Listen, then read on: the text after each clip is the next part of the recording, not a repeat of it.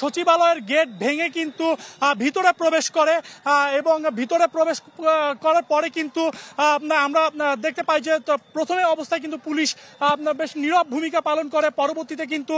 সচিবালয়ে যখন শিক্ষার্থীরা প্রবেশ করে, শিক্ষার্থীদের একটি অংশ, তখন কিন্তু আবার পুলিশ কিন্তু সচিবালয়ের ভিতরে প্রবেশ করে এবং প্রবেশ করার পরেই কিন্তু আসলে সচিবালয়ের চারিপাশ থেকে কিন্তু পুলিশ তাদেরকে ছত্রভঙ্গ করার জন্য প্রথমে সচিবালয়ের ভেতরে লাঠিচার্জ করে এবং লাঠিচার্জ করার পরে কিন্তু সচিবালয়ের ভেতরে কিন্তু তাদেরকে সাউন্ড গ্রেনেড ছুড়ে এবং এর পরবর্তীতে কিন্তু যৌথভাবে সেনাবাহিনী এবং পুলিশ একত্র হয়ে তাদেরকে ছত্রভঙ্গ করার জন্য ধাওয়া দেয়। এবং আমরা দেখতে পেয়েছি যে আমাদের সামনেই কিন্তু ধাওয়া পাল্টা ধাওয়া চলে। শিক্ষার্থীরা ওই এক পাশ থেকে যেমন ইটপাটকেল নিক্ষেপ করে এবং অপর পাশ থেকে কিন্তু আমরা দেখেছি যে পুলিশ এবং